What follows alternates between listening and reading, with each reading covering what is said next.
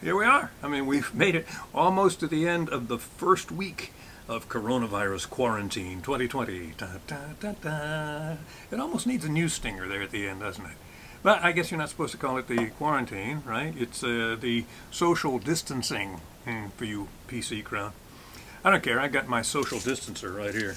It's because I don't think we realize sometimes how far 6 feet really is.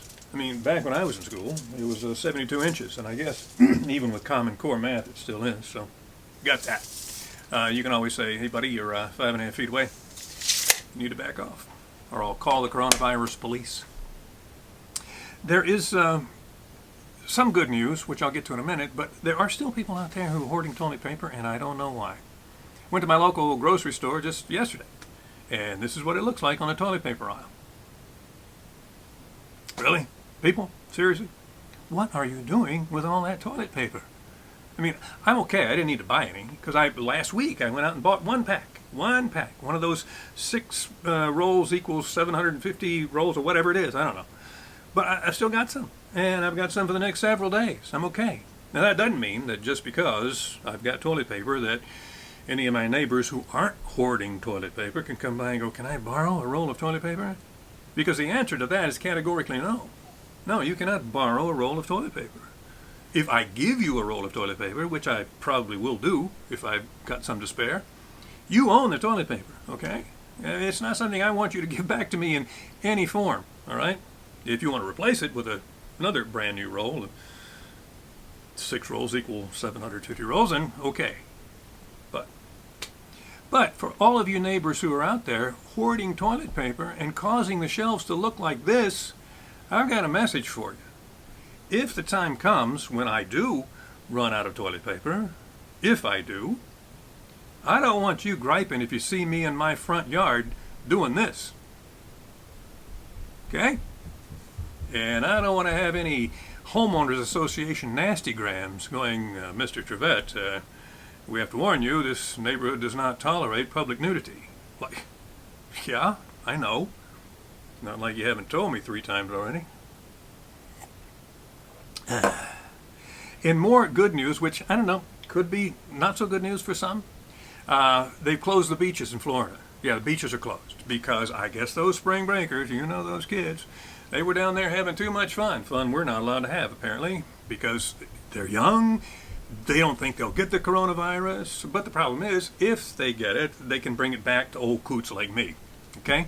So, they were restricting to crowds of 250 or more, and then they restricted that to 50, and then down to 10, and now they're going, okay, everybody off the beach. So they've even closed the bars, which, you know, I mean, we remember what it was like, spring break, when we were kids. I mean, you're a teenager, a young 20-something, you're in good shape, you're half naked, and you're around other people who are half naked. I mean, surely they're not going to be actually touching each other. Okay, maybe they're a little close in proximity, but surely they're not going to be doing things like, I don't know, having sex, right? Of course not. I remember my Florida spring break from college, just like it was yesterday. Yeah, it was during Prohibition. And I was down to Florida because I was helping Nucky Thompson run rum from Cuba. Oh, wait, I'm sorry. That was somebody else. Had a Joe Biden moment there for a second. Now, don't get offended. It's just a joke. But there is some really good news. I mean, and there are people who are sharing good news. My friend Matt Servito shared an article just yesterday about 10 good things that are going on around the globe. Rusty Roberts shared one, and some countries are starting to turn the corner, and I think we are here in the United States too. I know that we're taking some drastic measures, and some I'm not crazy about, but the point is, I think we're going to get there. I think we'll be fine. I think the world needs more George Baileys and fewer Mr. Potters, because there's too many of you guys out there. Oh, and here's some really good news.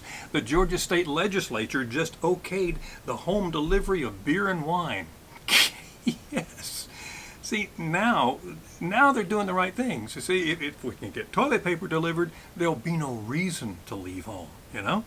And for those of us who have woods, I mean, we're good. If we could only get some sports. You see, I'm a sports fan.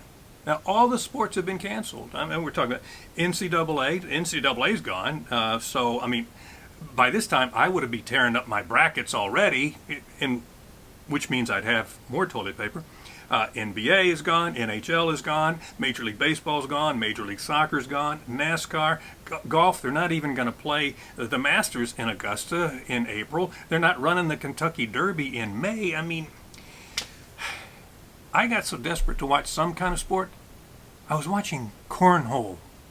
Yeah, no, not that one. Now, for those of you who don't know what cornhole is, if you've ever been to a college tailgate, football tailgate, then you've seen them play.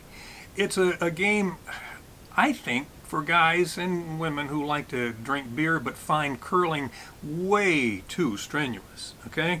Plus, we in the South, and we don't play that many games on ice anyway. And for us, the only thing that really should be on the ice is beer. But no, they had the professional cornhole championships. And I know, I need help. I really do. Because I'm not into wrestling. Because, I don't like people throwing each other around and sweating and yelling at each other. So, please, let's get through this so we can get back to normal, okay? Now, next time I'm going to talk about something that I intended to talk about today, but there was just too much other stuff. So it's about things you see on the internet that you shouldn't believe. And doctors are telling you that there's no real medical reason why you should be shoving a potato up your butt, okay? So we'll get into that next time. In the meanwhile, keep positive. George Bailey. No, Mr. Potter. See you then.